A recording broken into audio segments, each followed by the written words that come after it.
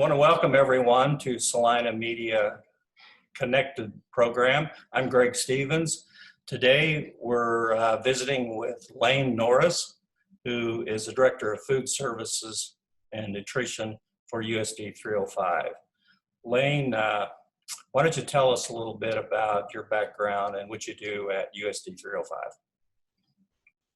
Yes, hi, I am Laine Norris, and I'm the Director of Food and Nutrition Services for USD 305. I am a registered dietitian, and I have a master's degree in dietetics.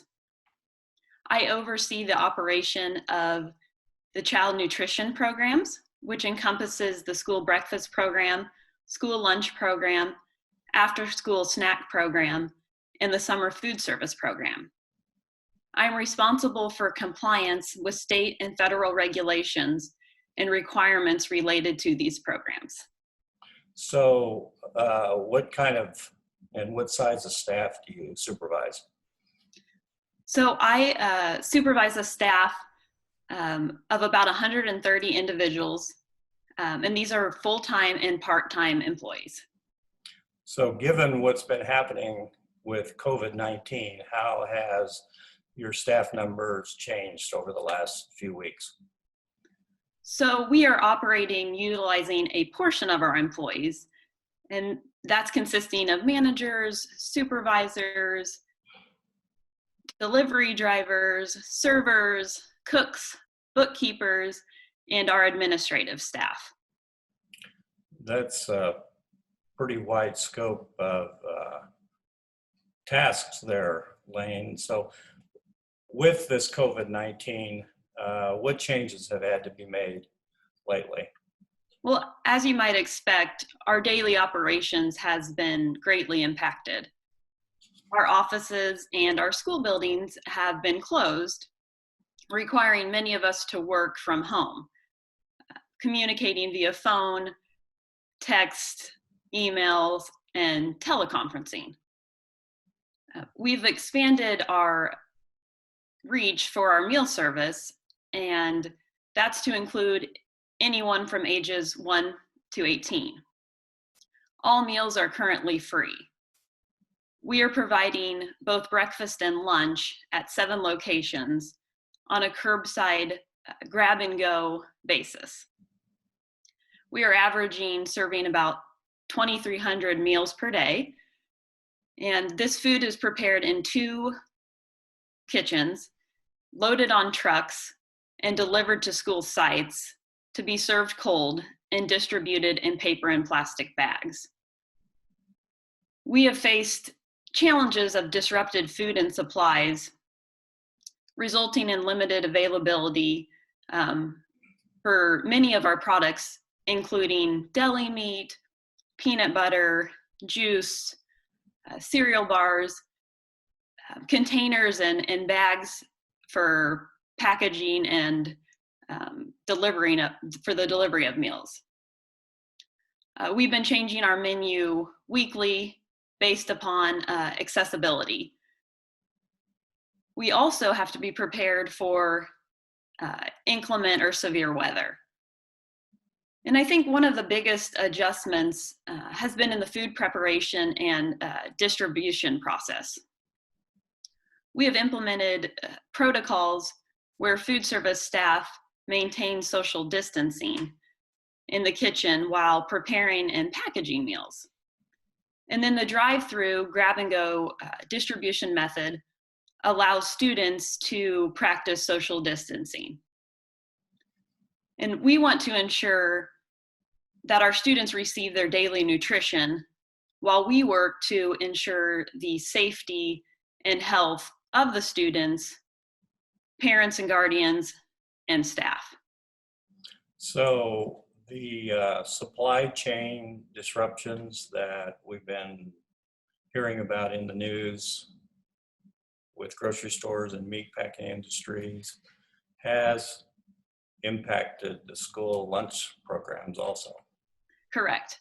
So many of the districts, just like our district, with the unanticipated school closures, we've all had to come up with new menus and innovative ways to serve children.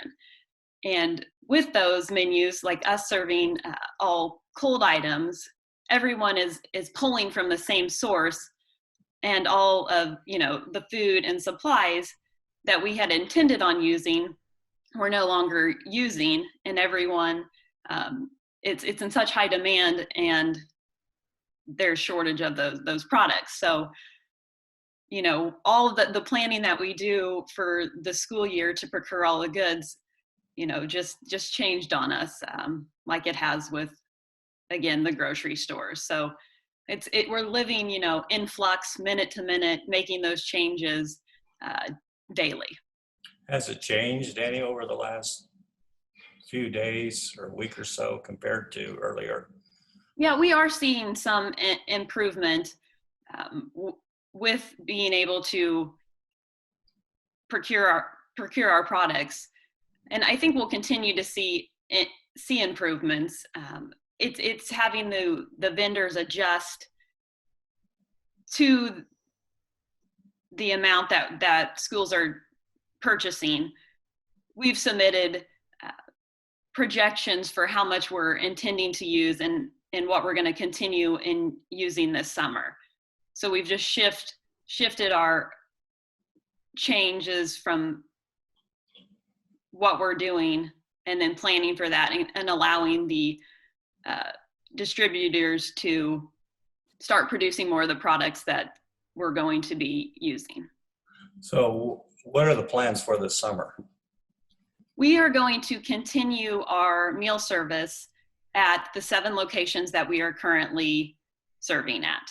So we will continue our distribution of meals until July 17th. Okay. Your service sounds like it's an essential service. Was this always considered essential before COVID-19, or any changes there? Well, I believe that good nutrition has always been deemed essential. It's essential to good learning. So school meals have and continue to fill that role. Okay. So one of the things that has kind of been talked about over the years has been buying locally. Is that more feasible or less feasible, or do you see that changing in the future? Because I read in the paper where Crable's and McPherson's doing a lot more business because people are using them a little bit more. Just kind of curious. Sure. We would always welcome the idea to purchase locally and support our local farmers. It is more difficult for us in a district our size to purchase locally. We serve 7,000 meals per day during school, and 650 meals per day during the summer. So when our school's in session, we're operating 5 production kitchens and 13 serving sites. So with purchasing locally versus purchasing from our prime vendor source, it's very difficult to obtain the quantities that we need.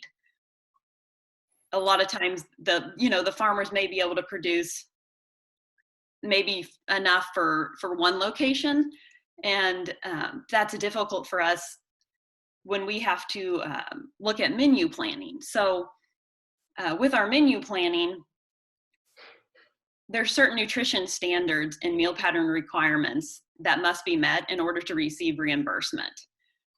And with that, we're producing over 20 menus that we develop for different age groups, and I also make and develop diets for students that require dietary restrictions.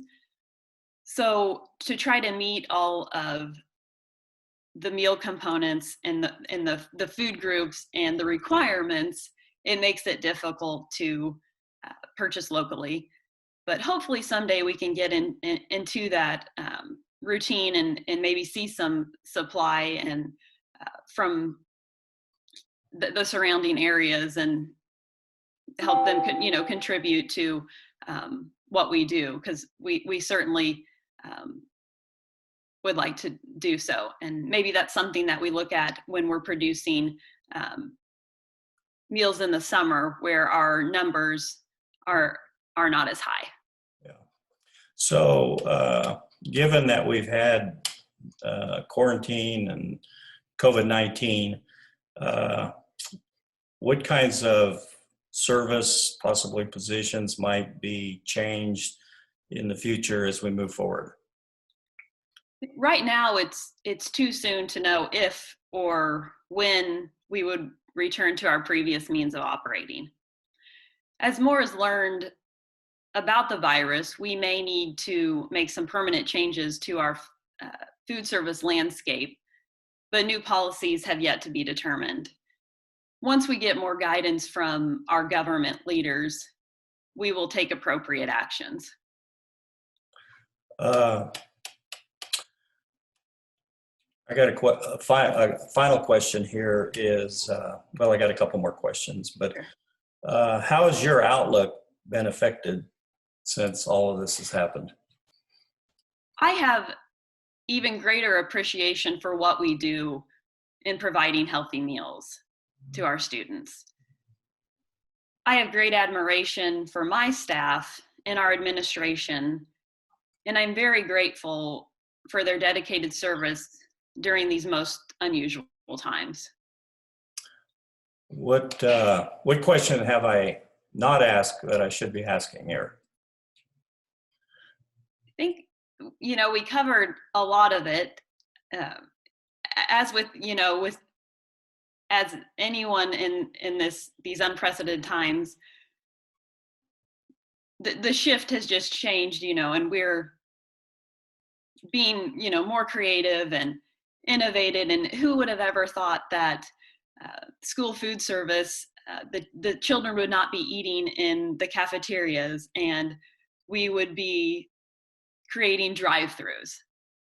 I think, that's just something that we never thought we would be doing. And here we are, and we are successfully doing that and making sure that there's no, food insecurity in Salina. So do the kids like that? Yes. They do? Yes, they do. So, it's not the same as getting to be in the cafeteria and eating with your friends, but it does allow them to have their nutrition. And I think that's what's, important. And I think it's convenient for parents to be able to drive through, and, again, what we're all doing is social distancing and limiting that potential exposure of COVID. So, I think everybody's probably eager to hope that somewhat, what the fall will look like and come back to what may be our new normal, but it still allows the children to have a breakfast and lunch. And they, with our menus changing weekly, they don't know what they're going to get. And I think, that's different for the children, but we do see a lot of them open up and look in the bags, and it's, a surprise. So I guess that creates a little different element that they haven't had in the past. No more peanut butter sandwiches, huh? Well, and sometimes that peanut butter has been in shortage too. So we've been trying to get creative with our meals, serving cold entrees, and we have to make sure that they're in a ready to eat state. But, we've cooked their favorite pizza, and then we cool it properly and serve that cold. And then it's up to them if they want to eat their pizza cold or, heat it up again. So we're still trying to, get some of their favorite meals while serving in this different environment. The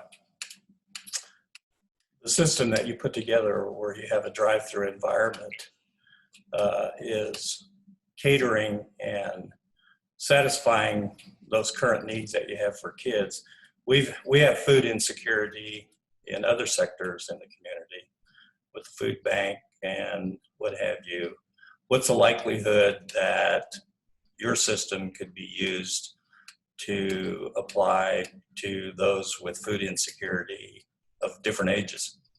Sure. I think, again, when I discussed expanding our reach with our current programming, that has expanded it to children ages 1 through 18. And it's not just for our students, it's also for children in the community. So it's free to ages 1 through 18. And again, that will continue through July 17th. I've talked to others in the community, and I know the food bank is working to also provide sources of nutrition. Catholic Charities, St. John's Missionary Baptist Church. There are also several locations that are providing meals. And I have also been in conversations with Schwann's and Tony's, since they are, in our backyard here in Salina, and they have also contributed to the food bank. And we are also going to be working with them in the coming weeks to provide pizza at our locations that we will give away for a weekend meal. Okay, well, on that positive note there, I want to say thank you to Laine Norris, the Director of Food and Nutrition at USD 305. Thank you, Laine. And I just want to say thanks for allowing me the opportunity to shine light on our program. And come and see us in action on the front line, the lunch line. We are there every Monday through Friday, 11:30 a.m. to 12:30 p.m. And come grab it and go. Grab a lunch. That's right. Okay. Thank you much, Laine. Thank you.